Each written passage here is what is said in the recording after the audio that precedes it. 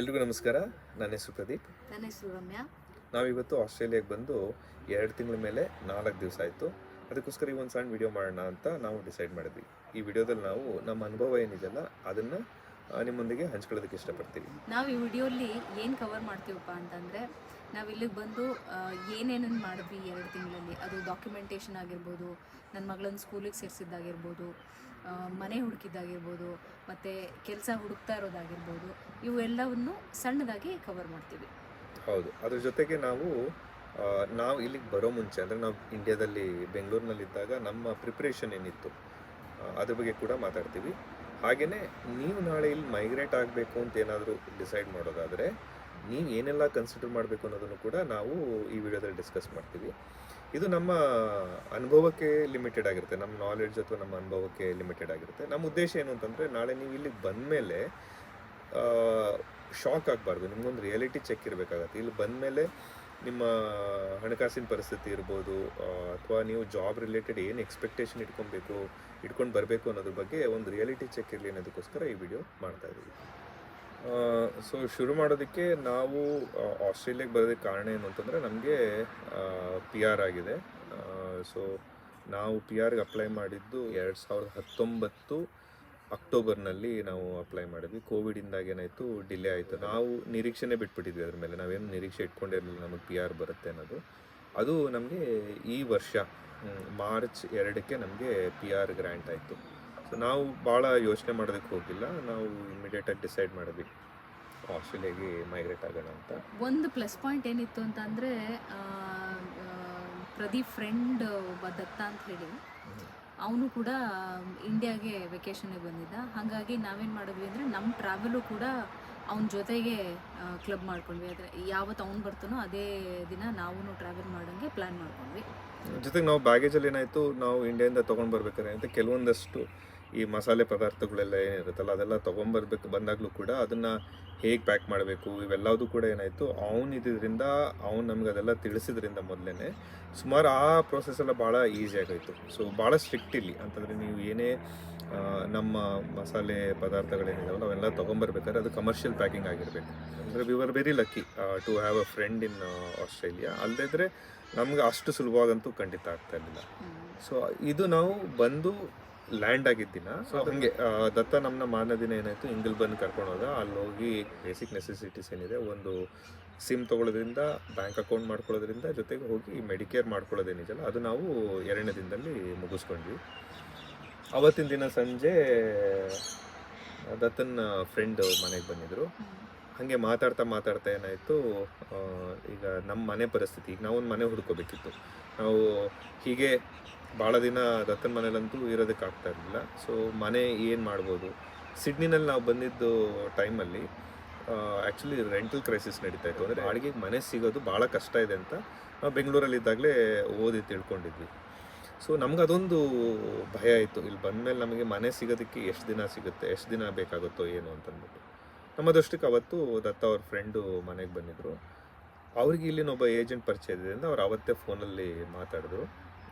ಅವನ ಏಜೆಂಟು, ಇಲ್ಲ ಒಂದು ಮನೆ ಖಾಲಿ ಇದೆ, ನೀವು ಸಾಧ್ಯ ಆದರೆ ನಾಳೆ ಬಂದು ನೋಡಿ ಅಂತ ಏಜೆಂಟ್ ಹೇಳ್ದ. ನಾವು ಮಾರನೇ ದಿನ ಹೋಗಿ ಮನೆ ನೋಡಿದ್ವಿ. ನಾವು ಮೊದಲೇ ಮನೆ ಏನು ನೋಡಿದ್ವಿ, ನಮಗೆ ಇಲ್ಲಿನ ಪರಿಸ್ಥಿತಿ ರಿಯಾಲಿಟಿ ಅರಿವು ಇದ್ದಿದ್ದರಿಂದ ಏನಾಯಿತು, ನಾವು ಮೊದಲನೇ ಮನೆ ಏನು ನೋಡಿದ್ವಿ ನಾವು ಅದನ್ನೇ ಒಪ್ಕೊಂಡ್ವಿ. ಅಂದರೆ ನಮ್ಮ ಅನುಕೂಲಕ್ಕೆ ಎಲ್ಲದಕ್ಕೂ ಇತ್ತು, ಸಾಕಷ್ಟು ರೀಸನಬಲ್ ರೇಟಿಗೆ ಮನೆಯೂ ಸಿಕ್ತು. ಸೊ ಹಾಗಾಗಿ ಏನಾಯಿತು, ನಾವು ಬಂದು 3ನೇ ದಿನವೇ ನಾವು ಮನೇನ ಫೈನಲೈಸ್ ಮಾಡಿದ್ವಿ. ಅದು ಭಾಳ ಆಶ್ಚರ್ಯ. ಆಮೇಲೆ ಅದು ನಮ್ಮ ಅದೃಷ್ಟ ಅಂತಲೂ ಕೂಡ ಹೇಳಬೇಕು. ಇದೆಲ್ಲವೂ ಮತ್ತೆ ನನ್ನ ಗೆಳೆಯನ ಸಪೋರ್ಟ್ ಇಲ್ಲದಿದ್ದರೆ ಅಥವಾ ಅವನ ಫ್ರೆಂಡ್ದು ಸಪೋರ್ಟ್ ಇಲ್ಲದಿದ್ದರೆ ಅದು ಆಗೋಕ್ಕೆ ಸಾಧ್ಯ ಇರಲಿಲ್ಲ. ನಮ್ದಿನ್ನೂ 100 ಪಾಯಿಂಟ್ ID ಕಂಪ್ಲೀಟ್ ಆಗಿರಲಿಲ್ಲ. ಆದರೂ ಅವ್ರ ರೆಫರೆನ್ಸಿಂದ ನಮಗೆ ಆ ಮನೆ ಸಿಕ್ತು. ನಮಗೆ ನೆಕ್ಸ್ಟ್ ಸ್ಟೆಪ್ ಏನು ಅಂತಂದರೆ ಅನರ್ಗಿನ್ ಸ್ಕೂಲ್ ಅಡ್ಮಿಷನ್. ಸೊ ಇಲ್ಲಿ ಮಿಂಟೋ ಪಬ್ಲಿಕ್ ಸ್ಕೂಲ್ ಅಂತ ಇದೆ. ಇಲ್ಲಿನ ರೂಲ್ ಏನು ಅಂತಂದರೆ, ನಿಮ್ಮನೆ ಹತ್ತಿರದಲ್ಲಿರೋ ಸ್ಕೂಲ್ಗೆ ಮಕ್ಕಳನ್ನ ಸೇರಿಸ್ಬೇಕು. ನಾವು ಮಿಂಟೋಲಿರೋದ್ರಿಂದ ನಮ್ಮ ಮನೆ ಈಗ ಪ್ರತಿಯೊಂದು ಸ್ಟ್ರೀಟಿಗೂ ಒಂದೊಂದು ಹೆಸರಿರುತ್ತೆ. ಸೊ ಒಂದಷ್ಟು ಸ್ಟ್ರೀಟಿಗೆ ಒಂದು ಸ್ಕೂಲ್ ಅಂತ ನಿರ್ದಿಷ್ಟವಾಗಿ ಇರುತ್ತೆ. ಸೊ ನೀವು ಅದೇ ಸ್ಕೂಲಿಗೆ ಸೇರ್ಸೋದಕ್ಕೆ ಏನಾಗುತ್ತೆ, ನಾನು ಹೇಳ್ದಂಗೆ ನಮ್ಮದು ರೆಸಿಡೆನ್ಷಿಯಲ್ ಪ್ರೂಫ್ ಕೊಡಬೇಕಾಗಿತ್ತು. ಅದಕ್ಕೆ ರೆಸಿಡೆನ್ಷಿಯಲ್ ಪ್ರೂಫ್ಗೆ ಯಾವುದೆಲ್ಲ ಡಾಕ್ಯುಮೆಂಟ್ ಕೊಡಬೇಕಾಗಿ ಬಂತು ಅಂತಂದರೆ, ಮೊದಲನೇದಾಗಿ ನಮ್ಮದು ರೆಂಟ್ ಅಗ್ರಿಮೆಂಟು. ರೆಂಟ್ ಅಗ್ರಿಮೆಂಟ್ ಒಂದು, ನಾವು ನಮ್ಮದೇನು ರೆಂಟಲ್ ಹಿಸ್ಟ್ರಿ ಇಲ್ಲದೆ ಇರೋದ್ರಿಂದ, ನಾವು ಹೊಸ ಮೈಗ್ರೆಂಟ್ ಆಗಿರೋದ್ರಿಂದ ಅದ್ರ ಜೊತೆಗೆ ನಾವು ಇಂಟರ್ನೆಟ್ ಕನೆಕ್ಷನ್ ಏನಿದೆಯಲ್ಲ ಅದರಲ್ಲೂ ಕೂಡ ಅಡ್ರೆಸ್ ಪ್ರೂಫ್ ಇರುತ್ತಲ್ಲ ಅದನ್ನು ಕೊಡಬೇಕಾಗಿ ಬಂತು. ಎಲೆಕ್ಟ್ರಿಸಿಟಿಗೆ ನಾವು ಹೊಸ ಕನೆಕ್ಷನ್ಗೆ ಅಪ್ಲೈ ಮಾಡಿದ್ವಲ್ಲ ಅದ್ರದ್ದು ಕೂಡ ಏನಿದೆ ಅಕ್ನಾಲೇಜ್ಮೆಂಟ್ನ ನಾವು ಕೊಡಬೇಕಾಗಿ ಬಂತು. ಅದ್ರ ಜೊತೆಗೆ ಒಂದು ಅಫಿಡವಿಟ್ ಬೇಕಿತ್ತು. ಅಂದರೆ ಇಲ್ಲಿನ ಲೋಕಲ್ ಅಟರ್ನಿ ಏನಿದಾರಲ್ಲ ಅವರಿಂದ ನಾವೊಂದು ಅಫಿಡವಿಟ್ ಮಾಡ್ಕೋಬೇಕಿತ್ತು. ಅವ್ರನ್ನ ಜಸ್ಟಿಸ್ ಆಫ್ ಪೀಸ್ ಅಂತ ಹೇಳ್ತಾರೆ. ಅವರು ಇಲ್ಲಿನ ಎಲ್ಲ ಲೈಬ್ರರಿಗಳಲ್ಲಿ ವಾರದ ನಿರ್ದಿಷ್ಟ ದಿನಗಳಲ್ಲಿ ಅವರು ಇರ್ತಾರೆ. ಒಂದು ನಿರ್ದಿಷ್ಟವಾಗಿರೋ ಟೈಮಲ್ಲಿ ಅವ್ರು ಇಷ್ಟೊತ್ತಿಂದ ಇಷ್ಟೊತ್ತವರೆಗೂ ಅಂತ ಇರ್ತಾರೆ. ನೀವು ಅವತ್ತು ಹೋಗಿ ಏನಾಗುತ್ತೆ, ಒಂದು ಟೋಕನ್ ತೊಗೊಂಡು ನಿಮ್ಮ ಸರದಿಗೋಸ್ಕರ ಕಾದು ನಿಮ್ಮ ಟರ್ನ್ ಯಾವಾಗ ಬರುತ್ತೆ ಅವಾಗ ಹೋಗಿ ಅವ್ರಿಗೆ ಹೇಳಿದ್ರೆ ನಿಮ್ಮಿಂದ ಒಂದು ಓದ್ ತೊಗೋತಾರೆ. ನೀವು ಕೊಡ್ತಾರೆ ಎಲ್ಲ ಇನ್ಫಾರ್ಮೇಷನ್ ಕೂಡ ನಿಜ ಅಂತ ಹೇಳಿ. ಆಮೇಲೆ ಸುಮಾರು ಡಾಕ್ಯುಮೆಂಟ್ಸ್, ನಿಮ್ಮದು ಪಾಸ್ಪೋರ್ಟಿಂದ ಹಿಡಿದು ನಿಮ್ಮದು ಲ್ಯಾಂಡ್ ಇದು ರೆಂಟ್ ಅಗ್ರಿಮೆಂಟ್ ಎಲ್ಲ ಏನಿದೆಯಲ್ಲ ಅದನ್ನು ಕೂಡ ವೆರಿಫೈ ಮಾಡಿ ಏನು ಮಾಡ್ತಾರೆ, ಅವ್ರನ್ನ ಅಫಿಡವಿಟ್ ಕೊಡ್ತಾರೆ. ಆಗ್ತಿದ್ದಂಗೆ ಏನಾಯಿತು, 13ನೇ ದಿನಕ್ಕೆ ಅಂದರೆ ಜೂನ್ 13ನೇ ತಾರೀಕಿಗೆ ಅನರ್ಘ್ಯ ಸ್ಕೂಲ್ಗೆ ಹೋಗೋದಕ್ಕೆ ಶುರು ಮಾಡಿದ್ವಿ. ಸೊ ನಾವು ಸ್ಕೂಲಲ್ಲೂ ಕೂಡ ಹೆಂಗಪ್ಪ ಅಂತಂದರೆ ಮೊದಲನೇ ದಿನ ಅನರ್ಘ್ಯನ ಕರ್ಕೊಂಡು ಹೋಗಿ ಅಲ್ಲಿ ಏಜ್ ಮೇಲೆ, ಅನರ್ಘ್ಯನ ಏಜ್ ಮೇಲೆ ಯಾವ ಕ್ಲಾಸ್ ಯಾವ ಗ್ರೇಡ್ ಅಂತ ಅವರು ಡಿಸೈಡ್ ಮಾಡಿದ್ರು. ಸೊ ಅನರ್ಘ್ಯ ಇಂಡಿಯಾಲಿ ಇದ್ದಿದ್ರು ಕೂಡ ಅದು 4ನೇ ಕ್ಲಾಸಿಗೆ ಹೋಗಬೇಕಿತ್ತು. ಇಲ್ಲೂ ಕೂಡ ಅವರು ಏಜ್ ಪ್ರಕಾರ 4ನೇ ಕ್ಲಾಸಿಗೆ ಅಡ್ಮಿಷನ್ ಮಾಡಿಕೊಂಡ್ರು. ಸೊ ಮೊದಲನೇ ಕೆಲಸ ಏನಪ್ಪ ಮಾಡಿದವರು ಅಂತಂದರೆ, ಕೆಲವು ಮಕ್ಕಳನ್ನ ಅಲ್ಲೇ ಆಡ್ತಾ ಇರೋ ಮಕ್ಕಳನ್ನ ಕರೆದು ಅನರ್ಘ್ಯನ ಪರಿಚಯ ಮಾಡಿಕೊಟ್ಟು, so why don't you show to the school, the entire school ಅಂತ ಹೇಳಿ ಅನರ್ಘ್ಯನ ಕಳಿಸ್ಕೊಟ್ರು.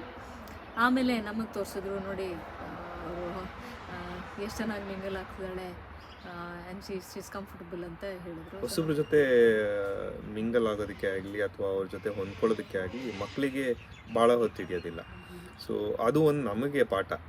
ಎಲ್ಲೋ ನಾವು ಇಂಥ ಹೊಸ ದೇಶಕ್ಕೆ ಬಂದಾಗ, ಇಂಥ ಹೊಸ ಜಾಗಕ್ಕೆ ಬಂದಾಗ, ಒಂದು ಹೊಸ ಜೀವನ ಶುರು ಮಾಡ್ತಾ ಇರ್ಬೇಕಾದ್ರೆ ಏನಾಗುತ್ತೆ, ನಾವು ಕೂಡ ಎಲ್ಲೋ ಮಕ್ಕಳಾಗಬೇಕಾಗತ್ತೆ. ಅಂದರೆ ಯಾರೇ ಜೊತೆ ನಾವು ಹೊಂದ್ಕೊಳ್ಳೋದಕ್ಕೆ ಆಗಲಿ ಏನೇ ಆಗಲಿ ಆ ಒಂದು ಇನಿಬಿಷನ್ಸ್ನ ಬಿಡಬೇಕಾಗತ್ತೆ.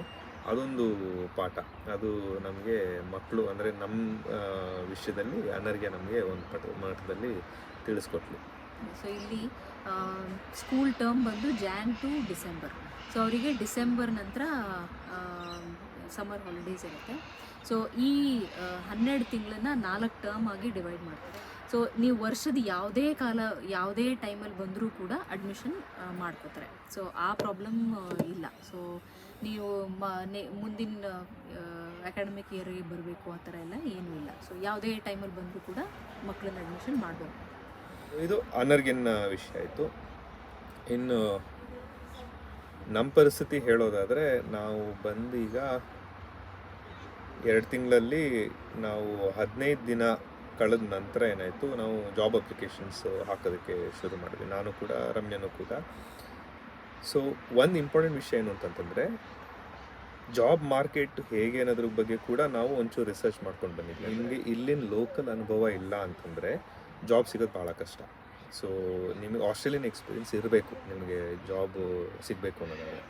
ಸೊ ಯಾರೇ ಇಮಿಗ್ರೆಂಟಿಗೆ ಬರ್ತಿದ್ದಂಗೆ ಏನಾಗುತ್ತೆ, ಭಾಳ ಓಪ್ನಿಂಗ್ಸ್ ಇದ್ದರೂ ಕೂಡ ನಿಮ್ಮದೇ ಸ್ಟ್ರೀಮಲ್ಲಿ, ನಿಮ್ಮದೇ ವರ್ಕ್ ಲೈನಲ್ಲಿ ಏನಿದೆಯಲ್ಲ ಭಾಳ ಓಪ್ನಿಂಗ್ಸ್ ಇದ್ದರೂ ಕೂಡ ನಿಮ್ಗೆ ಅದು ಲಿಂಕ್ಡ್ಇನ್ನಲ್ಲೂ ಕಾಣಿಸ್ಬೋದು ಅಥವಾ ಎಲ್ಲ ಯಾವುದೇ ಜಾಬ್ ಸೈಟ್ಸ್ ಏನಿದೆಯಲ್ಲ ಅದರಲ್ಲೂ ಕೂಡ ಭಾಳ ಓಪ್ನಿಂಗ್ಸ್ ಇದ್ದಂಗೆ ಕಂಡ್ರೂ ಕೂಡ ಅಷ್ಟು ಸುಲಭ ಅಲ್ಲ.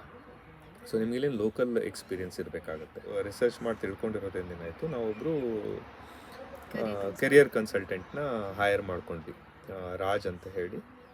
ಸೊ ಅವರು ಸುಮಾರು ಸ್ಟೆಪ್ ಬೈ ಸ್ಟೆಪ್ ತೊಗೊಂಡೋದ್ರು. ಅವರು ನಮ್ಮ ಲಿಂಕ್ಡ್ಇನ್ ಪ್ರೊಫೈಲ್ನ ಚೇಂಜ್ ಮಾಡಿದ್ರು, ಮತ್ತು ರೆಸ್ಯೂಮೆ ಬಿಲ್ಡ್ ಮಾಡಿದ್ರು, ಇಲ್ಲಿನ ತಕ್ಕನಂಗೆ ರೆಸ್ಯೂಮೆ ಬಿಲ್ಡ್ ಮಾಡಿದ್ರು.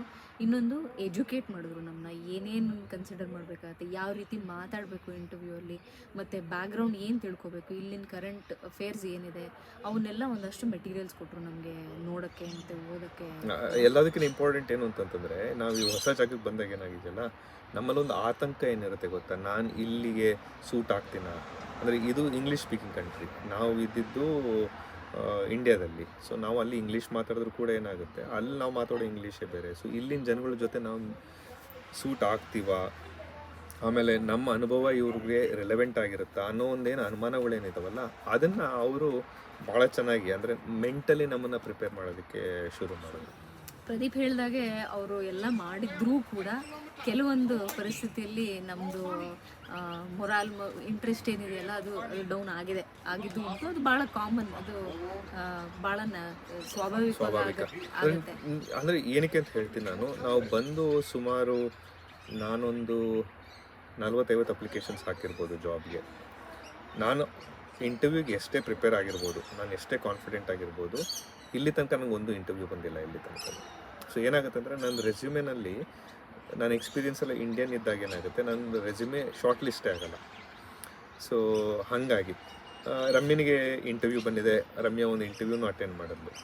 ನನ್ನ ಎಕ್ಸ್ಪೀರಿಯೆನ್ಸ್ ಏನಪ್ಪ ಅಂತಂದರೆ, ನಾನು ಸಾಕಷ್ಟು ಅಪ್ಲಿಕೇಶನ್ಸ್ ಹಾಕಿದೆ. ಇಲ್ಲಿ ತನಕ ಒಂದು 60-70 ಅಪ್ಲಿಕೇಶನ್ಸ್ ಹಾಕಿದ್ದೀನಿ. ಅದರಲ್ಲಿ ಎಲ್ಲವೂ ಕೆಲವೆಲ್ಲ ರಿಜೆಕ್ಷನ್ಸ್ ಬಂತು, ಬೇಕಾದಷ್ಟು ರಿಜೆಕ್ಷನ್ಸು. ಬಟ್ ಕೆಲವು ವಾಪಸ್ ಫೋನ್ ಮಾಡಿದ್ರು. ಈ ಕನ್ಸಲ್ಟೆಂಟ್ಸ್ ಇರ್ತಾರಲ್ಲ, ಅವರು ವಾಪಸ್ ಫೋನ್ ಮಾಡಿ ಅವ್ರು ಹೇಳಿದ್ದೇನಪ್ಪ ಅಂತಂದರೆ, I am so sorry, you don't have Australia experience. ಅವ್ರು ಕೆಲಸ ಮಾಡ್ತಾ ಇರೋವಂಥ company, they want somebody who's already work in Australia ಅಂತ ಹೇಳಿ ರಿಜೆಕ್ಷನ್ಗಳು ಬಂದವು. ಬಟ್ ಇದೆಲ್ಲದ್ರ ಮಧ್ಯ ಒಂದು ರೇ ಆಫ್ ಹೋಪ್ ಏನಪ್ಪ ಅಂತಂದರೆ, ಒಂದು ಕಂಪ್ಲೀಟ್ ಇಂಟರ್ವ್ಯೂ ಕೂಡ ಆಯಿತು. ಭಾಳ ಒಳ್ಳೆ ಇಂಟರ್ವ್ಯೂ ಆಯಿತು. ಮತ್ತು ನನಗೆ ಕೆಲಸನೂ ಸಿಕ್ತು. ಕೆಲಸ ಸಿಕ್ಕಿ ನಾನು ಇವಾಗ ಪ್ರಾಜೆಕ್ಟ್ಗೋಸ್ಕರ ವೆಯ್ಟ್ ಮಾಡ್ತಾಯಿದ್ದೀನಿ. ನಾನು HR ಬ್ಯಾಕ್ಗ್ರೌಂಡಿಂದ ಬರೋದ್ರಿಂದ ಸೊ ಒಂದು ಪ್ರಾಜೆಕ್ಟ್ಗೋಸ್ಕರ ಕಾಯ್ತಾಯಿದ್ದೀನಿ ನಾನೀಗ. ನನಗೊಂದು ಏನು ಅನುಕೂಲ ಆಯಿತು ಅಂತಂದರೆ, ಈಗ ನಾನು ಆಗಲೇ ಇಲ್ಲಿ ಫ್ರೀಲ್ಯಾನ್ಸ್ ಶುರು ಮಾಡಿಬಿಟ್ಟಿದ್ದೀನಿ. ಅಂದರೆ ಇಲ್ಲಿನ ಕೆಲವೊಂದಷ್ಟು ಕಂಪ್ನಿಗಳಿಗೆ, ಇಲ್ಲಿರೋ ಸ್ಟಾರ್ಟಪ್ಸ್ಗಳಿಗೆ ನಾನು ಆಗಲೇ ಕೆಲಸ ಮಾಡೋದಕ್ಕೆ ಫ್ರೀಲ್ಯಾನ್ಸ್ ಪ್ರಾಜೆಕ್ಟ್ ತೊಗೊಂಡು ಕೆಲಸ ಮಾಡೋದಕ್ಕೆ ಶುರು ಮಾಡಿದ್ದೀನಿ. ಈ ಐಡಿಯಾ ಕೂಡ ನನಗೆ ಕೊಟ್ಟಿದ್ದು ನನ್ನ ಕೆರಿಯರ್ ಕೋಚನೇ. ಸೊ ಅದು ಒಂದು ಭಾಳ ಒಳ್ಳೆ ಐಡಿಯಾ. ಏನಕ್ಕೆ ಅಂತಂದರೆ, ನಾನು ಈ ಎಲ್ಲ ಫ್ರೀಲ್ಯಾನ್ಸ್ ಪ್ರಾಜೆಕ್ಟ್ಸ್ ಏನಿದೆಯಲ್ಲ, ಇದು ನನ್ನ ಆಸ್ಟ್ರೇಲಿಯನ್ ಎಕ್ಸ್ಪೀರಿಯನ್ಸ್ ಆಗಿ ಆ್ಯಡ್ ಆಗ್ತಾಯಿದೆ. ಸೊ ನಾಳೆ ಬಹುಶಃ ಇನ್ನೊಂದು ತಿಂಗಳು ಅಥವಾ ಇನ್ನೊಂದು 2 ತಿಂಗಳು ಕಳೆದ ನಂತರ ಯಾರಾದರೂ ನಿನಗೆ ಆಸ್ಟ್ರೇಲಿಯನ್ ಎಕ್ಸ್ಪೀರಿಯನ್ಸ್ ಇಲ್ಲ ಅಂತಂದರೆ ನಾನು ಅದನ್ನು ಕೌಂಟರ್ ಮಾಡ್ಬೋದು. ಇಲ್ಲ, ನನಗೆ ಆಸ್ಟ್ರೇಲಿಯನ್ ಎಕ್ಸ್ಪೀರಿಯನ್ಸ್ ಇದೆ, ನಾನು ಫ್ರೀಲ್ಯಾನ್ಸ್ ಮಾಡಿದ್ದೀನಿ ಇಲ್ಲಿ ಅಂತ ಹೇಳಿ ನನ್ನ ಪ್ರಾಜೆಕ್ಟ್ಸ್ನ ಕೂಡ ನಾನು ಇದು ಮಾಡ್ಬೋದು. ಸೊ ಆ ರೀತಿಯಲ್ಲಿ ಏನಾಗುತ್ತೆ, ಕೆರಿಯರ್ ಕೋಚ್ನ ಇಟ್ಕೊಂಡಿದ್ದು ನಮಗೆ ಭಾಳ ಹೆಲ್ಪ್ ಆಯಿತು. ಸೊ ಇದು ರಿಯಾಲಿಟಿ ಅಂತಂದರೆ, ನೀವು ಬರ್ತಿದ್ದಂಗೆ ನಿಮಗೆ ಇಂಡಿಯಾದಲ್ಲಿ ಕೂತಿರ್ಬೇಕಾದ್ರೆ ಲಿಂಕ್ಡ್ಇನ್ ಇರ್ಬೋದು ಅಥವಾ ಜಾಬ್ ಸೈಟ್ಸಲ್ಲಿರ್ಬೋದು ಭಾಳ ಓಪನಿಂಗ್ಸ್ ಇದ್ದಂಗೆ ಕಂಡ್ರೂ ಕೂಡ ನಿಮ್ಮ ನಿರೀಕ್ಷೆ ಏನಿದೆಯಲ್ಲ ಅದನ್ನು ಸ್ವಲ್ಪ ನೀವು ಲಿಮಿಟ್ ಮಾಡ್ಕೋಬೇಕಾದ್ರೆ ನಿಮ್ಗೆ ಬರ್ತಿದ್ದಂಗೆ ಜಾಬ್ ಸಿಗೋದಿಲ್ಲ. ಸೊ ನೀವು ಅದನ್ನು ಮೆಂಟಲಿ ಪ್ರಿಪೇರ್ ಮಾಡ್ಕೋಬೇಕಾಗತ್ತೆ. ಬರೀ ಮೆಂಟಲಿ ಅಷ್ಟೇ ಅಲ್ಲ, ನೀವು ಆರ್ಥಿಕವಾಗಿ ಕೂಡ ನಿಮ್ಮನ್ನ ಪ್ರಿಪೇರ್ ಮಾಡ್ಕೊಂಡು ಬರಬೇಕಾಗತ್ತೆ. ಅಂದರೆ ನೀವು ಅಟ್ಲೀಸ್ಟ್, ನಾನು ಹೇಳೋದು, ಒಂದು 6 ತಿಂಗಳಿಗೆ ನೀವು ಇಲ್ಲಿ ಜೀವನ ಮಾಡೋದಕ್ಕೆ ಎಷ್ಟು ಬೇಕೋ ಅಷ್ಟನ್ನು ನೀವು ತೊಗೊಂಡು ಬಂದರೆ ಏನಾಗುತ್ತೆ, ನೀವೊಂದು ಪೀಸ್ ಆಫ್ ಮೈಂಡಲ್ಲಿ ನೀವು ಈ ಪ್ರಾಸೆಸ್ನ ಮಾಡ್ಬೋದು. ಅಂದರೆ ನನಗೆ ಆ ಪ್ರೆಷರ್ ಇತ್ತು ಅನ್ನೋದಾದರೆ, ಅಂದರೆ ನನಗೆ ಇಮ್ಮಿಡಿಯೇಟಾಗಿ ಜಾಬ್ ಸಿಗಲೇಬೇಕು, ಇನ್ನೊಂದು 3 ಮಂತ್ಸಲ್ಲಿ ನನಗೆ ಜಾಬ್ ಸಿಕ್ಕಿಲ್ಲ ಅಂದರೆ ಭಾಳ ಕಷ್ಟ ಆಗುತ್ತೆ ಅನ್ನೋ ಪ್ರೆಷರಲ್ಲಿ ನಾನು ಇರಬೇಕಾದ್ರೆ ಏನಾಗುತ್ತೆ, ಈ ಪ್ರಾಸೆಸ್ ಏನಿದೆಲ್ಲ ಭಾಳ ಕಷ್ಟ ಆಗುತ್ತೆ. ಸೊ ನೀವು ಆ ಪ್ರಿಪ್ರೇಷನ್ ಮಾಡ್ಕೊಂಬರ್ಬೇಕಾಗತ್ತೆ, ಒಂದು ಮೆಂಟಲಿ, ಇನ್ನೊಂದು ಫೈನಾನ್ಷಿಯಲಿ ಕೂಡ. ಸೊ ಫೈನಾನ್ಷಿಯಲಿ ಪ್ರಿಪೇರ್ ಮಾಡ್ಕೊಂಡು ಬಂದಿದ್ರು ಕೂಡ ಪ್ರತಿ ತಿಂಗಳು ನಿಮ್ಮ ಖರ್ಚಲ್ಲಿ ನಿಮ್ಮ ಸೇವಿಂಗ್ಸ್ ಕರಗ್ತಾ ಇರಬೇಕಾದ್ರೆ ಏನಿದೆಯಲ್ಲ ಅದು ಅಷ್ಟು ಸುಲಭ ಅಲ್ಲ. ಸೊ ನಾನು ಹೇಳಿದ್ದು 6 ತಿಂಗಳು ಅಂತ, ಬಟ್ ಆ್ಯಕ್ಚುಲಿ ಏನಂದರೆ 6 ತಿಂಗಳು ಕೂಡ ಒಂದೊಂದು ಸತಿ ಏನಾಗುತ್ತೆ, ನಿಮಗೆ ಕೂತ್ಕೆಗೆ ಬಂದಂಗೆ ಅನುಭವ ಆಗುತ್ತೆ. ನಾ ಹೇಳೋದೇನು ಅಂತಾರೆ, ಅಟ್ಲೀಸ್ಟ್ 10 ಮಂತ್ಸ್ ಟು 1 ಇಯರ್ ನೀವು ಪ್ರಿಪೇರ್ ಮಾಡಿಕೊಂಡು ಬರಬೇಕಾಗುತ್ತೆ, ಫೈನಾನ್ಷಿಯಲಿ, ಮೆಂಟಲಿ ಕೂಡ. ಒಂದು ಸಮಾಧಾನದಲ್ಲಿ ನೀವು ಈವನ್ ಇಂಟರ್ವ್ಯೂ ಮಾಡಬೇಕಾದಾಗ ಇಟ್ಸ್ ಓಕೆ ಅಪ್ಪ, ಈ ಕೆಲಸ ಸಿಗದೇ ಇದ್ರೂ ಕೂಡ ಐ ಕ್ಯಾನ್ ಸರ್ವೈವ್ ಅನ್ನೋದು ಆಗೋ ಒಂದು ವಿಷಯ ಈ ತಲೆಯಲ್ಲಿರೋದು ಇದ್ದರೆ ಬಹುಶಃ ನೀವು ಇಂಟರ್ವ್ಯೂಸ್ನ ಚೆನ್ನಾಗಿ ಮಾಡ್ಬೋದು. ಸೊ ಇದು ಇವತ್ತಿನವರೆಗಿನ ನಮ್ಮ ಜಾಬ್ ಮತ್ತು ನಮ್ಮ ಜರ್ನಿ ಸೋಫಾರ್ ಏನಿದೆಯಲ್ಲ ಅದ್ರ ಬಗ್ಗಿನ ಕತೆ. ಮತ್ತು ಮೋಸ್ಟ್ ಇಂಪಾರ್ಟೆಂಟ್ ವಿಷಯ ಏನಂದರೆ ಖರ್ಚಿನ ವಿಷಯಕ್ಕೆ ಬಂದಾಗ ನಾವು ಅಂದ್ಕೊಂಡಿದ್ದೇನು ಅಂತಂದರೆ, ಸುಮಾರು $5,000 ಅಷ್ಟು ನಮಗೆ ತಿಂಗಳಿಗೆ ಖರ್ಚು ಬೀಳುತ್ತೆ ಅಂತ ಹೇಳಿ ನಾವು 6 ತಿಂಗಳು ಇದು ಮಾಡ್ಕೊಂಡು ಬಂದ್ವಿ. ಸೊ ಈ 1 ತಿಂಗಳು 2 ತಿಂಗಳು ನಮ್ಮ ಅನುಭವದಲ್ಲಿ ನಮ್ಮ ಖರ್ಚು ಎಷ್ಟು ಬಂತು ಅಂತ ಹೇಳೋದಾದರೆ, ಮನೆ ಬಾಡಿಗೆ ನಮಗೆ ವಾರಕ್ಕೆ $390 ಥರ ಏನಾಗುತ್ತೆ, ತಿಂಗಳಿಗೆ ನಮಗೆ $1,640 ಅಂದರೆ $1,560 ನಮಗೆ ಮನೆ ಬಾಡಿಗೆನೇ ಬೇಕಾಗುತ್ತೆ. ಸೊ ನಾವು ಅದ್ರ ಮೇಲೆ ಒಂದು $2,000 ನಮಗೆ ತಿಂಗಳಿಗೆ ಖರ್ಚು ಅಂತ ಅಂದ್ಕೊಂಡಿದ್ವಿ. ಆಗುತ್ತೆ, ಅಷ್ಟಂತೂ ಗ್ಯಾರಂಟಿ ಆಗುತ್ತೆ. ಯಾಕೆಂದರೆ ಹೋಗ್ತಾ ಹೋಗ್ತಾ ಆ ಖರ್ಚು ಕಮ್ಮಿ ಆಗ್ಬೋದು. ಬಟ್ ಮನೆ ನಾವು ಹೊಸದಾಗಿ ಸೆಟ್ ಮಾಡಿರೋದ್ರಿಂದ ಅಕ್ಕಿ, ಬೇಳೆ ಅಥವಾ ಈವನ್ ಮಸಾಲ ಪದಾರ್ಥಗಳಿಂದ ಹಿಡಿದು ಪ್ರತಿಯೊಂದನ್ನು ಕೂಡ ನಾವು ತಗೋತಾ ಇರೋದ್ರಿಂದ ನಿಮಗೆ ಬಹುಶಃ ಹತ್ತತ್ರ $2,500 ಪ್ರತಿ ತಿಂಗಳು ಬೇಕಾಗುತ್ತೆ. ಸೊ 1,500 ಸಾವಿರ ಮನೆ ಬಾಡಿಗೆಗೆ, ಇನ್ನೊಂದು 2,500 ನೀವು ಮನೆ ಖರ್ಚಿಗೆ ಅಂತ ಅಂದ್ಕೊಂಡ್ರೆ ನಿಮ್ಗೆ ಅಲ್ಲಿ $3,000-4,000 ಆದರೂ ಬೇಕಾಗುತ್ತೆ. ಹೋಗ್ತಾ ಹೋಗ್ತಾ ಅದು ಬಹುಶಃ ತಿಂಗಳಿಗೆ $3,000 ಕೂಡ ಬರ್ಬೋದು. ಅಂದರೆ ನಮ್ಮಲ್ಲಿ ಸಾಕಷ್ಟು ಪ್ರಾವಿಷನ್ಸ್ ಎಲ್ಲ ಇಟ್ಕೊಂಡ್ಮೇಲೆ ಪ್ರತಿ ತಿಂಗಳಿಗೆ ಏನಾಗುತ್ತೆ, ನೀವು ಆ ಪ್ರಾವಿಷನ್ಸ್ನ ರೀಫಿಲ್ ಮಾಡೋದೇ ಅಷ್ಟೇ ಆಗುತ್ತೆ. ಅಂದರೆ ನಿಮ್ಗೆ ಏನೇನು ಖಾಲಿ ಆಗಿದೆ ಅದನ್ನು ತರೋದು ಅಷ್ಟೇ ಆಗುತ್ತೆ. ಎಲ್ಲವೂ ತರಬೇಕಾಗಿಲ್ಲದೆ ಇರೋದ್ರಿಂದ ಬಹುಶಃ ತಿಂಗಳ ಖರ್ಚು ನಮಗೆ $3,000 ಬರ್ಬೋದು. ಆದರೂ ಕೂಡ ಮೊದಲನೇ ತಿಂಗಳು ನಾವು ಇಲ್ಲಿ ಬಂದ ಮೇಲೆ ಮನೆಗೆ ಅಡ್ವಾನ್ಸ್ ಕೊಡೋದ್ರಿಂದ ಹೇಳ್ಬೋದು. ಅಡ್ವಾನ್ಸ್ ಜೊತೆಗೆ ನೀವೇನಾಗುತ್ತೆ, ಗೌರ್ಮೆಂಟ್ ಫೀ ಅಂತ ಒಂದೇನೋ ಕೊಡಬೇಕಾಗುತ್ತೆ. ನೀವು ಅದೆಷ್ಟೋ ಪರ್ಸೆಂಟೇಜು ನೀವೇನು ಬಾಡಿಗೆ ಕಟ್ತಿರಲ್ಲ ಅದಕ್ಕೆ ಅದಿರ್ಬೋದು. ಮನೆಗೆ ಬೇಸಿಕ್ ಫರ್ನಿಚರು, ತುಂಬ ಚಳಿ ಇದ್ದಿದ್ದರಿಂದ ಕಾರ್ಪೆಟ್ಟು, ಆಮೇಲೆ ಒಂದು ವಾಷಿಂಗ್ ಮಿಷಿನ್ ನಮಗೆ ಬೆಂಗಳೂರಿನಲ್ಲಿ ಲಕ್ಸುರಿ ಅಂತ ಅನಿಸುತ್ತೆ. ಅಂದರೆ ವಾಷಿಂಗ್ ಮಿಷಿನ್ ಇಲ್ಲದಿದ್ರು ಕೂಡ ನಾವು ಮನೆಯಲ್ಲಿ ಬಟ್ಟೆ ಹೊಕ್ಕೋಬೋದು. ಇಲ್ಲಿ ಆ ರೀತಿ ಆಗೋದಿಲ್ಲ. ಯಾಕೆಂದರೆ ಇಲ್ಲಿನ ಬಚ್ಚಲ ಮನೆಗಳೇನಿದಾವಲ್ಲ, ಬಾತ್ರೂಮ್ಸ್ ಏನಿದಾವಲ್ಲ, ಅದು ಬಟ್ಟೆ ಒಗೆಯೋದಕ್ಕೆ ಅಂತ ಅಂದ್ಬಿಟ್ಟು ಡಿಸೈನ್ ಮಾಡಿರೋದಲ್ಲ. ಬಾತ್ ಟಬ್ ಇದೆ, ಬಾತ್ ಟಬ್ಗೆ ನಲ್ಲಿ ಇದೆ. ಸೊ ನೀವು ಬಾತ್ ಟಬ್ಬಲ್ಲಿ ಕೂತ್ಕೊಂಡು ಬಟ್ಟೆ ಒಗೆಯೋದಕ್ಕಾಗಲ್ಲ. ಜೊತೆಗೆ ಇಲ್ಲಿ ನಾವು ಬಂದಿದ್ದ time June is winter, extreme winter. So ನಿಮಗೆ ಟೆಂಪರೇಚರು -2 ತನಕನೂ ಹೋಗಿದೆ. -4 ಹೋಗಿರ್ಬೋದೇನೋ ಬಹುಶಃ. ಅದೆಲ್ಲೋ ಮಧ್ಯರಾತ್ರಿನಲ್ಲಿ ಆಗೋದ್ರಿಂದ ನಮಗೇನು ಅಂಥ ಅನುಭವ ಬರಲಿಲ್ಲ. ಮನೇಲಿ ಬೆಚ್ಚಗೆ ಮಲ್ಕೊಂಡಿದ್ವಿ ನಾವು. -4ಗೂ ಕೂಡ ಹೋಗಿರೋದಿದೆ. ಅಂದರೆ ನಾವು ಅದು ಆ್ಯಪಲ್ ತೆಗೆದು ನೋಡಿದಾಗ ಹೌದು -4ಗೂ ಕೂಡ ಹೋಗಿರುತ್ತೆ. ಅಲ್ಲದೇ ಇದ್ರೂ ಕೂಡ ಆನ್ ಆನ್ ಆ್ಯಾವ್ರೇಜ್ 15 ಡಿಗ್ರೀಸ್ ತನಕ ಇರುತ್ತೆ. ನಿಮಗೆ ಭಾಳ ಬೆಚ್ಚಗಿರೋ ಟೈಮು ಅಂತಂದರೆ 15 ಡಿಗ್ರಿ. ಆ ಟೈಮಲ್ಲಿ ನೀವು ಕೂತ್ಕೊಂಡು ಬಟ್ಟೆ ಒಗಿತೀರ, ಅದು ಏನೂ ವ್ಯವಸ್ಥೆ ಇಲ್ಲದೆ ಇರೋಂಥ ಒಂದು ಬಚ್ಚ ಮನೇಲಿ ಕೂತ್ಕೊಂಡು ಒಗಿತೀರ ಅಂತಂದರೆ ಅದು ಭಾಳ ಕಷ್ಟ.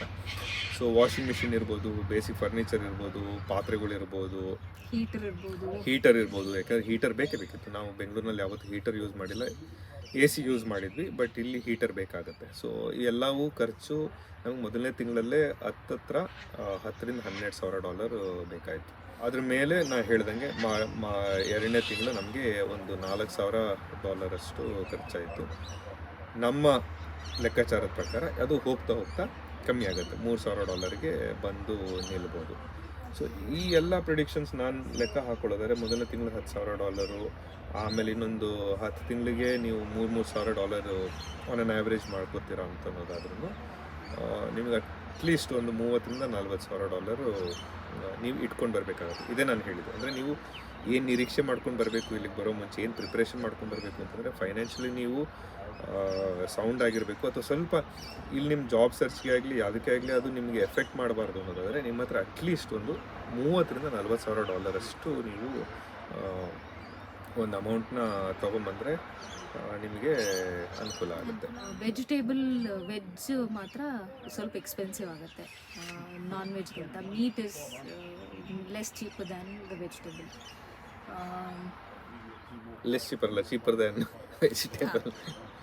Cheaper than vegetable. ಬಟ್ ನಾವು ಮೀಟ್ ತಿನ್ನೋರಲ್ಲ, ನಾವು ಮಾಂಸ ತಿನ್ನೋರಲ್ಲ. ಸೊ ಹಾಗಾಗಿ ನಮಗೆ ನಾನು ಭಾಳ ವ್ಯತ್ಯಾಸ ಆಗಲ್ಲ.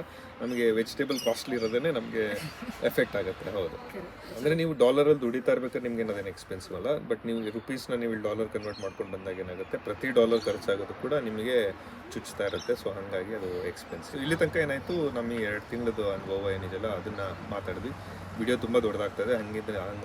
ಅದರಿಂದ ಏನಾಗುತ್ತೆ, ನಾನು ನೆಕ್ಸ್ಟ್ ಪಾರ್ಟ್ ಕೊಟ್ಟೋಗ್ತೀನಿ. ನಮ್ಮ ಪ್ರಿಪ್ರೇಷನ್ ಏನಿತ್ತು ಇಂಡಿಯಾದಲ್ಲಿ ಇಲ್ಲಿಗೆ ಬರೋ ಮುಂಚೆ ಅಂತ. ಸೊ ನಾವು ಇದ್ದಿದ್ದ ಮನೆ ಏನಿದೆಯಲ್ಲ ಅದನ್ನು ಲೀಸಿಗೆ ಕೊಟ್ವಿ ನಾವು. ಸೊ ಸುಮಾರು ಜನ ಕೇಳಿದ್ರು, ಲೀಸಿಗೆ ಕೊಟ್ಟರೆ ಲಾಸ್ ಆಗುತ್ತೆ, ನೀವು ಬಾಡಿಗೆ ಕೊಡಿ. ಬಾಡಿಗೆ ಆದರೆ ಒಳ್ಳೆ ಬಾಡಿಗೆ ಇರುತ್ತೆ, ಆಮೇಲೆ ಆ ದುಡ್ಡು ನಿಮ್ಮ ಹತ್ರನೇ ಉಳ್ಕೊಳ್ಳುತ್ತೆ. ಲೀಸ್ ಆದರೆ 3 ವರ್ಷ ಆದಮೇಲೆ ನೀವು ವಾಪಸ್ ಕೊಟ್ಟಾಗ ನಿಮ್ಗೆ ಅದು ಲಾಸ್ ಆಗುತ್ತೆ ಅಂತ. ಬಟ್ ನಮ್ಮ ಪರಿಸ್ಥಿತಿನಲ್ಲಿ ಏನಾಯಿತು, ನಮಗೆ ಇಲ್ಲಿಗೆ ಬಂದು ಸೆಟ್ಲ್ ಆಗೋದಕ್ಕೆ ದುಡ್ಡು ಬೇಕಾಗಿದ್ದರಿಂದ ಏನಾಯಿತು, ಲೀಸು ನಮಗೆ ಭಾಳ ಚೆನ್ನಾಗಿ at that moment lease was a good option for us. So ನಾವು ಮನೆ ಲೀಸಿಗೆ ಕೊಟ್ಟು ಅದರ ನಂತರ ಮೈಲೋ. ನಮ್ದು ಇನ್ನೊಂದು ಭಾಳ ಮುಖ್ಯವಾದ ನಿರ್ಧಾರ ಏನಪ್ಪ ಅಂತಂದರೆ, ನಮ್ಮ ಜೊತೆ ನಮ್ಮ ಮೈಲೋ, ನಮ್ಮ ನಾಯಿ ಕೂಡ ಇದ್ದ. ಅವನನ್ನು ಕೂಡ ಮೈಗ್ರೇಟ್ ಮಾಡಿದ್ದೀವಿ. ಅಂದರೆ ಅದು it was a very critical decision. ಅಂದರೆ ನಾವು ಅವನ್ನ ಏನು ಮಾಡಬೇಕು ಅಂದರೆ ನಾವು ಅವನನ್ನು ಹಾಗೆ ಬಿಟ್ಟು ಬರೋಕ್ಕಾಗಲ್ಲ, ಅವನ್ನ ಯಾರಿಗೋ ಕೊಟ್ಬಿಟ್ಟು ಬರೋಕ್ಕೂ ಆಗಲ್ಲ. ಯಾರಿಗೋ ಕೊಟ್ಬಿಟ್ಟು ಬರೋದಕ್ಕೆ ಅವರು ನಮ್ಮಂಗೆ ಅವನನ್ನು ನೋಡ್ಕೋತಾರೋ ಇಲ್ವೋ ಅನ್ನೋದ್ರ ಬಗ್ಗೆನೂ ನಮಗೆ ಏನೂ ಇದಿರಲಿಲ್ಲ, ಗ್ಯಾರಂಟಿ ಇಲ್ಲ. ಆಮೇಲೆ ಅವನು ಈ 2 ವರ್ಷದಲ್ಲಿ ನಮ್ಮ ಜೊತೆ ಇದ್ರಲ್ಲಿ ಏನಾಯಿತು ಅಂತಾರೆ, ಅವ್ನು ನಮ್ಮ ಮಗನೇ. ನನ್ನ ಮಗಳ ನಂತರ ಅವನೇನೆ ನಮಗೆ ಮಗ ಇದ್ದಾನೆ, ಎರಡನೇ ಮಗು. ಸೊ ಅವನನ್ನು ಬಿಟ್ಟು ಬರೋದಕ್ಕೆ ಆಗ್ತಾ ಇರಲಿಲ್ಲ. So it was a very important decision. So ಅವನಿಗೆ ಮೈಗ್ರೇಟ್ ಮಾಡೋದಾದರೆ, ಅವನು ಕೂಡ ಮೈಗ್ರೇಟ್ ಮಾಡೋದಾದರೆ ಏನೆಲ್ಲ ಮಾಡಬೇಕಿತ್ತು, we had to follow up all that. So ಅದಕ್ಕೂ ಕೂಡ ಒಬ್ಬ ಏಜೆಂಟ್ನ ಹಿಡಿದು was a specialist in migrating dogs to Australia. ಅಂದರೆ ಎಸ್ಪೆಷಲಿ ಅದು ಇಂಪಾರ್ಟೆಂಟು. ನೀವು ಯಾವ ದೇಶಕ್ಕೆ ಬೇಕಿರೋ ತೊಗೊಂಡೋಗ್ಬೋದು ನಾಯಿನ, ಯಾವುದೇ ದೇಶಕ್ಕೆ ಕರ್ಕೊಂಡೋದ್ರು ಕೂಡ ಅಲ್ಲಿಂದೇ ಅದು ರೂಲ್ಸ್ ಆ್ಯಂಡ್ ರೆಗ್ಯುಲೇಷನ್ಸ್ ಇರುತ್ತೆ. ಸೊ ನೀವು ಆ ದೇಶದ್ದು ಸ್ಪೆಷಲಿಸ್ಟ್ ಏನಿರ್ತಾರಲ್ಲ, ಮೈಗ್ರೇಷನ್ ಅಥವಾ ಪೆಟ್ ಮೈಗ್ರೇಷನ್ ಏನಿದೆಯಲ್ಲ, ಅದು ಸ್ಪೆಷಲಿಸ್ಟ್ ಏನಿರುತ್ತಲ್ಲ ಅವ್ರ ಹತ್ರನೇ ಮಾತಾಡಬೇಕು. ನಿಮ್ಗೆ ಅಲ್ಲಿನ ರೆಗ್ಯುಲೇಷನ್ಸ್ ಕರೆಕ್ಟಾಗಿ ಗೊತ್ತಿರಬೇಕಾಗುತ್ತೆ ಮತ್ತು ಅವರು ಮಾಡಿ ಅನುಭವ ಇರಬೇಕು. ಸೊ ನಾನು ಮೊದಲನೇ ಸತಿ ಮಾಡ್ತಾ ಇದ್ದೀನಿ, I will work it out ಅದೆಲ್ಲ ಇಲ್ಲ, ಮಾಡಬೇಡಿ. ಯಾಕೆಂದರೆ ಇದು ಒಂದು ಜೀವದ ಜೊತೆ ನೀವು ಆಟ ಆಡ್ತಾ ಇರೋದು. ಹಾಗಾಗಿ ಏನಾಗುತ್ತೆ, ನೀವು you will have to go with professional. So ಭಾಳ ಬೇಗ ಹೇಳ್ಬಿಡ್ತೀನಿ ಏನು ಅಂತ ಅಂದ್ಬಿಟ್ಟು, ಮೈಲೋ ಆಸ್ಟ್ರೇಲಿಯಾಗೆ ಬರೋದಾದರೆ he has to come from a rabies free country. Rabies free country ಅಂತ ಆಸ್ಟ್ರೇಲಿಯನ್ ಗೌರ್ಮೆಂಟು ಒಂದಷ್ಟು ದೇಶಗಳನ್ನ ರೆಕಗ್ನೈಸ್ ಮಾಡಿದೆ, ಐಡೆಂಟಿಫೈ ಮಾಡಿದೆ. ಅದು ದುಬೈ ಇರ್ಬೋದು, ಸಿಂಗಾಪುರ್ ಇರ್ಬೋದು, ಫಿಲಿಪೀನ್ಸ್ ಇರ್ಬೋದು, ಕೆಲವು ಯುರೋಪಿಯನ್ ಕಂಟ್ರೀಸ್ ಇರ್ಬೋದು. So he has to come from those countries only. Rabies free ಕಂಟ್ರೀಸಿಂದನೇ ಅವ್ನು ಬರಬೇಕು. ರೇಬಿಸ್ ಫ್ರೀ ಕಂಟ್ರೀಸಿಂದ ಅವ್ನು ಬರಬೇಕು ಅನ್ನೋದಾದರೆ he'll have to spend 180 days in that country. ಅವ್ನು 180 ದಿನ ಅಂದರೆ 6 ತಿಂಗಳು ಆ ದೇಶದಲ್ಲಿ ಇತ್ತು ಅಂತಂದರೆ ಅವನು ಅಲ್ಲಿನ ದೇಶದ ನಾಯಿಯಾಗಿ ಇಲ್ಲಿಗೆ ಬರ್ತಾನೆ. ಇಂಡಿಯಾದಿಂದ ನೀವು ಡೈರೆಕ್ಟಾಗಿ ಪೆಟ್ನ ಕರ್ಕೊಂಬರೋದಕ್ಕೆ ಸಾಧ್ಯ ಇಲ್ಲ. ಸೊ ಮೈಲೋ ನಾವು ಮೇ 31st ನಾವು ಟ್ರಾವೆಲ್ ಮಾಡ್ತೀವಿ ಅಂತಂದರೆ ಅವನು ಮೇ 15ನೇ ಟ್ರಾವೆಲ್ ಮಾಡ್ದ. ಅವನು ಇಲ್ಲಿಂದ ಸೀದಾ ದುಬೈಗೆ ಹೋದ. ಈಗ ಅವನು ದುಬೈಯಲ್ಲಿದ್ದಾನೆ. ದುಬೈಗೆ ಬಂದ, ನಾವು ಆಸ್ಟ್ರೇಲಿಯಾ ಬಂದ್ವಿ, ಈಗ ಅವನು ದುಬೈಯಲ್ಲಿದ್ದಾನೆ. ಪಾರ್ಕಿಂಗ್ ಅಂತ ಅಂದ್ಬಿಟ್ಟು ಒಂದು ಫೆಸಿಲಿಟಿನಲ್ಲಿ ಇದ್ದಾನೆ, ಖುಷಿಯಾಗಿದ್ದಾನೆ ಆಟ ಆಡಿಕೊಂಡು. ಶುರುನಲ್ಲಿ ಪಾಪ ಅವನಿಗೆ ಕಷ್ಟ ಆಯಿತು, ಇಲ್ಲ ಅಂತ ಹೇಳಲ್ಲ. ಏರ್ ಟ್ರಾವೆಲ್ ಎಲ್ಲವೂ ಅವನಿಗೆ ಭಾಳ ಸ್ಟ್ರೆಸ್ಫುಲ್ ಇರುತ್ತೆ. ಎಲ್ಲ ಸ್ಟ್ರೆಸ್ ಮೈಲೋ ಏನು ಅನುಭವಿಸ್ತಾನೆ ಅವನದು ಇಲ್ಲಿಗೆ ಬಂದಮೇಲೆ, ನಮ್ಮನ್ನು ನೋಡಿದ್ಮೇಲೆ ಮತ್ತು ಇಲ್ಲಿನ ಪರಿಸ್ಥಿತಿನಲ್ಲಿ ಅವನದೆಲ್ಲದನ್ನು ಮರೆತು ಖುಷಿಯಾಗಿರ್ತಾನೆ ಅಂತ ಹೇಳಿ ಬಿಟ್ಟು ದಾಗಬೇಕು. ಸೊ ಇದು ಮೈಲೋದು ಒಂದು ಪ್ರಿಪ್ರೇಷನು. ಇನ್ನೇನು ಪ್ರಿಪ್ರೇಷನು, ಸೊ ಇನ್ನೊಂದು ಪ್ರಿಪ್ರೇಷನ್ ಏನು ಅಂತಂದರೆ ಅದನ್ನೇ ಆ ಒಂದು ಕೆರಿಯರ್ ಕೋಚ್ ಏನಿದೆಯಲ್ಲ, ನಾನು ಆ ಕೆರಿಯರ್ ಕೋಚ್ ಜೊತೆ ಅಲ್ಲೇ ಮಾತಾಡಿದೆ, ಇಂಡಿಯಾದಲ್ಲೇ ಮಾತಾಡಿ. ಸೊ ನಾನು ಅಲ್ಲೇನೇನು ಪ್ರಿಪೇರ್ ಮಾಡ್ಕೊಂಡು ಬರಬೇಕಾಗತ್ತೆ ಅನ್ನೋದನ್ನು ಅಲ್ಲಿಂದನೇ ನಾವು ಪ್ಲ್ಯಾನ್ ಮಾಡ್ಕೊಂಡು ಬಂದ್ವಿ. So those were all the preparations. So ಅವ್ರದ್ದು ಲಿಂಕ್ ಕೂಡ ಬೇಕಾದರೆ ನಾವು ಇಲ್ಲಿ ವಿಡಿಯೋ ಡಿಸ್ಕ್ರಿಪ್ಷನ್ ಬಾಕ್ಸಲ್ಲಿ ಹಾಕಿರ್ತೀವಿ. If somebody wants to reach ನೀವು ನೋಡೋದಾದ್ರೆ, ಮತ್ತು ಪೆಟ್ ಟ್ರಾನ್ಸ್ಪೋರ್ಟರ್ದು ಲಿಂಕ್ ಹಾಕಿರ್ತೀವಿ, ಅವ್ರದ್ದು ಕಾಂಟ್ಯಾಕ್ಟ್ ಡೀಟೇಲ್ಸ್ ಹಾಕಿರ್ತೀವಿ. ಏನು ಮಾಡಿದ್ವಿ. ಮತ್ತು ಇನ್ನೊಂದು, ನೀವು ಮೈಗ್ರೇಟ್ ಆಗೋದಾದರೆ ನೀವು ಏನು ಕನ್ಸಿಡರ್ ಮಾಡಬೇಕು ಏನಂತ, ನೀವು ಒಂದು ಹೊಸ ದೇಶಕ್ಕೆ ಬರ್ತಾ ಇದ್ದೀರಾ. ಸೊ ಇಲ್ಲಿನ ಕಲ್ಚರ್ ಏನಿದೆಯಲ್ಲ ಮತ್ತು ಇಲ್ಲಿನ ವಾತಾವರಣ ಏನಿದೆಯಲ್ಲ, ಅದಕ್ಕೋಸ್ಕರ ನೀವು ಅಡ್ಜಸ್ಟ್ ಆಗೋದಕ್ಕೆ ಒಂಚೂರು ಟೈಮ್ ಬೇಕಾಗುತ್ತೆ. ಮೈಗ್ರೆಂಟ್ ಆಗಿದ್ರು ಕೂಡ ನಾನು ಒಬ್ಬ ಟೂರಿಸ್ಟ್ ಆಗು ಕೂಡ ಇರ್ಬೋದು. ಅಂದರೆ ನಾನು I can still enjoy the place. ನನಗೆ ಇಲ್ಲಿ ಜಾಬ್ ಸಿಗೋ ತನಕನೇ ಆಗಲಿ ಎಲ್ಲದಕ್ಕೂ. ಸೊ ಅದಕ್ಕೂ ಕೂಡ ಒಂದಷ್ಟು ಎಕ್ಸ್ಪೆನ್ಸಸ್ ಇರುತ್ತೆ. ಸೊ ಇವೆಲ್ಲದನ್ನು ಕೂಡ ಏನಾಗುತ್ತೆ, ನೀವು ಕನ್ಸಿಡರ್ ಮಾಡಿಕೊಂಡು ಮೆಂಟಲಿ ಪ್ರಿಪೇರ್ ಆಗಿ ಬರಬೇಕು, ಮೆಂಟಲಿ ಮತ್ತು ಫೈನಾನ್ಷಿಯಲಿ. ಸೊ ನಮ್ಮ ನೆಕ್ಸ್ಟ್ ವಿಡಿಯೋಗಳಲ್ಲಿ ನಾವು ಒಂದೊಂದು ಜಾಗನೂ ಅದಕ್ಕೆ ಎಕಾನಮಿಕ್ಲಿ ಹೆಂಗೆ ಟ್ರಾವೆಲ್ ಮಾಡ್ಬೋದು, ಅಲ್ಲಿಗೆ ಎಷ್ಟು ಖರ್ಚಾಗ್ಬೋದು ಒಂದು ಅಪ್ರಾಕ್ಸಿಮೇಟ್ಲಿ, ಅದನ್ನು ಕವರ್ ಮಾಡಿಕೊಂಡು ಬರ್ತೀವಿ. ಎಲ್ಲವುದು ಒಂದು ಹೊಸದು. ನಾವಿವಾಗ ಆ್ಯಕ್ಚುಲಿ ಮಕ್ಕಳಾಗ್ಬಿಟ್ಟಿದ್ದೀವಿ. ನಾವಲ್ಲಿ ಬಂದು ಒಂದು ಮಗು ಏನಿದೆಯಲ್ಲ, ಅದೊಂದು ಬೆರಗುಗಣ್ಣಿಂದ ಏನು ನೋಡುತ್ತಲ್ಲ ಜಗತ್ತನ್ನ, ಹಾಗಾಗಿದೆ ನಮಗಿಲ್ಲಿ. ಎಲ್ಲವೂ ಭಾಳ ವ್ಯತ್ಯಾಸವಾಗಿ ಕಾಣುತ್ತೆ. ಅಂದರೆ ಇಲ್ಲಿರೋ ಮರನೇ ಬೇರೆ, ಇಲ್ಲಿರೋ ಪಕ್ಷಿಗಳೇ ಬೇರೆ, ಇಲ್ಲಿರೋ ನದಿಗಳೇ ಬೇರೆ, ಇಲ್ಲಿರೋ ಜನಗಳೇ ಬೇರೆ, ಅವ್ರ ಬಣ್ಣನೇ ಬೇರೆ, ಅವ್ರು ಮಾತಾಡೋ ರೀತಿನೇ ಬೇರೆ, ಅವ್ರು ನಡ್ಕೊಳ್ಳೋ ರೀತಿನೇ ಬೇರೆ. ಆಮೇಲೆ ಒಂದು ಕಲ್ಚರ್ ಅಂತ ಬಂತು ಅಂತ ನೋಡಿದ್ರೆ, ನಿಮ್ಮನ್ನು ಯಾರು ಗಮನಿಸ್ತಾ ಇದ್ದಾರೆ, ನಿಮ್ಮನ್ನು ಯಾರು ನೋಡ್ತಾ ಇದ್ದಾರೆ, ನಿಮ್ಗೆ ಎಷ್ಟು ಮಟ್ಟಿಗೆ ಸೆಕ್ಯೂರಿಟಿ ಇದೆ ಇಲ್ಲಿ, ಎಲ್ಲೋ ಪಬ್ಲಿಕಲ್ಲಿ ಹೋಗಬೇಕಾದ್ರೆ ನಿಮ್ಮನ್ನು ಜನ ಹೇಗೆ ನೋಡ್ತಾರೆ, ಇವೆಲ್ಲವೂ ಕೂಡ ಭಾಳ ವ್ಯತ್ಯಾಸ ಇದೆ. ಸೊ ಇವೆಲ್ಲವೂ ಕೂಡ ಹೋಗ್ತಾ ನಾವು ವಿಲ್ ಡಿಸ್ಕಸ್ ಇಟ್. ಸೊ ಇಷ್ಟು ಹೇಳ್ತಾ I think will end this video. ಭಾಳ ದೊಡ್ಡ ವಿಡಿಯೋ ಆಗಿದೆ, but I hope that it was informative. ನಿಮಗೆ ಸಾಕಷ್ಟು ಇನ್ಫಾರ್ಮೇಷನ್ ಕೊಡೋದಕ್ಕೆ ನಾವು ಟ್ರೈ ಮಾಡಿದ್ದೀವಿ ಈ ವಿಡಿಯೋದಲ್ಲಿ. ಸೊ ಈ ವಿಡಿಯೋಲ್ಲಿ ನಿಮ್ಗೆ ಏನಾದರೂ ಕನ್ಫ್ಯೂಷನ್ಸು ಅಥವಾ ಇನ್ನೇನಾದರೂ ತಿಳ್ಕೊಬೇಕು ಅಂತಿದ್ರೆ ಕಮೆಂಟಲ್ಲಿ ನಮಗೆ ತಿಳಿಸಿ. ಇನ್ನೇನೇನು ಕವರ್ ಮಾಡ್ಬೋದು ಅಥವಾ ನಿಮ್ಗೆ ಇನ್ನೇನೇನು ಬೇಕಾಗ್ಬೋದು ಅನ್ನೋದನ್ನು. So will try and do that. ನಿಮ್ಗೆ ಇಷ್ಟ ಆಗಲಿಲ್ಲ ಅಂದರೆ ಅದನ್ನು ಕೂಡ ಅದನ್ನು ಕಮೆಂಟ್ ಮಾಡಿ. ಹೇಳಿ, ಅದನ್ನು ಹೇಳ್ಬೋದು. ಇದು ನಮ್ಮ ಅನುಭವನ ನಿಮ್ಮ ಜೊತೆ ಹಂಚ್ಕೊಂಡಿದ್ದೀವಿ ಅಷ್ಟೇ. ಇವತ್ತರೆಗೂ ಏನು ನಮ್ಮ ಚಾನಲ್ ಹೆಸರೇನಿರಬೇಕು ಅಂತ ನಾವೇನು ಡಿಸೈಡ್ ಮಾಡಿಲ್ಲ. ಬಹುಶಃ ಏನೋ ಒಂದು ಇಟ್ಬಿಟ್ಟು ಒಂದು ಚಾನಲ್ ಮಾಡ್ತೀವಿ. ಸೊ ಚಾನಲ್ ಸಬ್ಸ್ಕ್ರೈಬ್ ಮಾಡಿ, ಈ ಥರ ವೀಡಿಯೋಸ್ಗೆ ಲೈಕ್ ಮಾಡಿ ವಿಡಿಯೋನ, ಆ್ಯಂಡ್ ಶೇರ್ ಮಾಡಿ. ಯಾರ್ಯಾರು ಇದರಲ್ಲಿ ಇಂಟ್ರೆಸ್ಟ್ ತೋರಿಸ್ಬೋದು, ಯಾರ್ಯಾರಿಗೆ ಇದರಿಂದ ಅನುಕೂಲ ಆಗ್ಬೋದು ಅನ್ಸುತ್ತೆ ಅವ್ರ ಜೊತೆ ಶೇರ್ ಮಾಡಿ. Thank you.